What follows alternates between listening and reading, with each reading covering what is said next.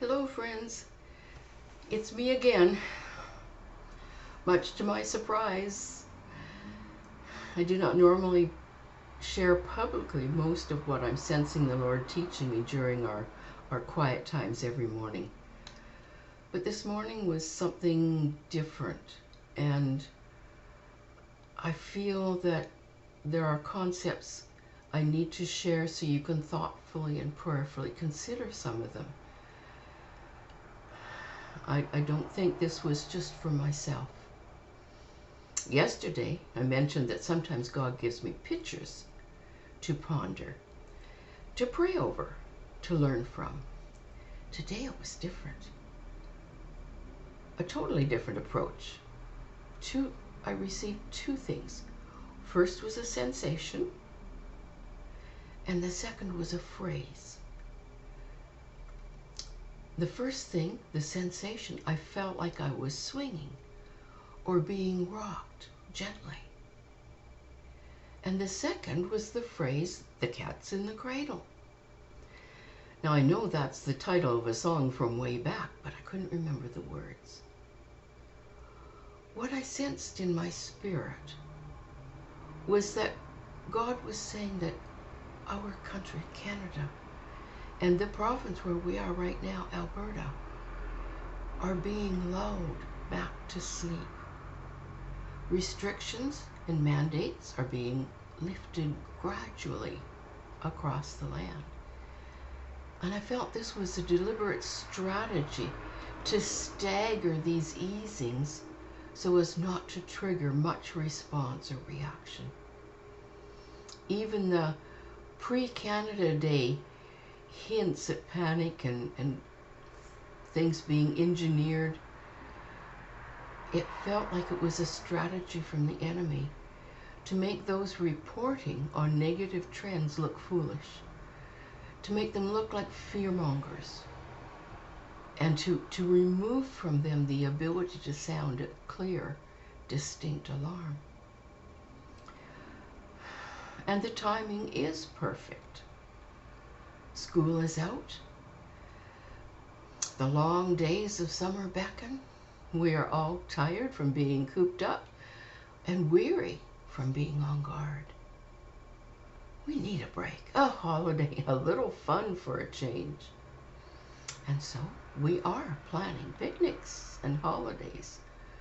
We're gathering up camping gear and we're heading out for our favorite place away from it all. I can almost smell the campfires lit at the close of each wonderful day. The fragrance of s'mores mingled with wood smoke wafting in the evening breeze. I can almost hear Kumbaya wafting by on the breeze also. It's all so lovely and so refreshing and so renewing and so needed. We have waited so long for all of this. And yet, there is a stirring in the shadows, in the bushes around us that we do not want to perceive. We want to linger in the moment, to relish the delight of the late falling dusk. And yes, we are the children in the cradle, swinging from the tree branch, being lulled back to sleep, a deep, sound, much needed sleep. And while we sleep and rest, there is activity in the shadows, busy activity, carefully guarded and quietly executed. The preparations are ongoing to launch a new global attack against humanity. It is much bigger and much more deadly than anything we have ever experienced so far. The timing devices are silently being clicked into firing position. But Canada and Alberta are going on holidays. We won't be back till later to deal with any coming darkness. We're playing and resting and relaxing relaxing in sleep. The campfires have burned down. The darkness falls softly over us. The watchfires in the distance are cold, and those standing guard are taking a break. But somewhere in the shadows, ambushes are being set. The landscape is being secretly mined in case we wake up. Global disaster is being primed and armed and is almost ready to be released. I'm not a fearmonger. I hate that. I have battled against fear and discouragement most of my life. And as Christians, we cannot and we must never give place to fear or discouragement. No, not even the weariness. The scriptures are full of promises. We know them and have known them for decades. We have claimed them and lived in them for years. Yet this sense of ominous, unseen activity remains strong in my spirit.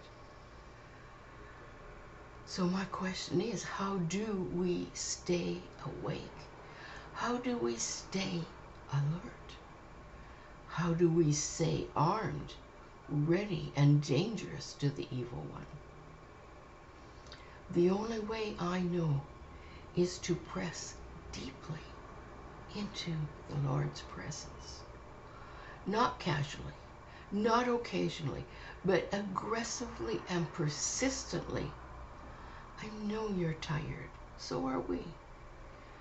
But only by dwelling in His divine presence are we safe. Are we refreshed? Are we strengthened and able to be fully alert? From the secret place of His dwelling, we can see the plans and purposes the enemy has against us.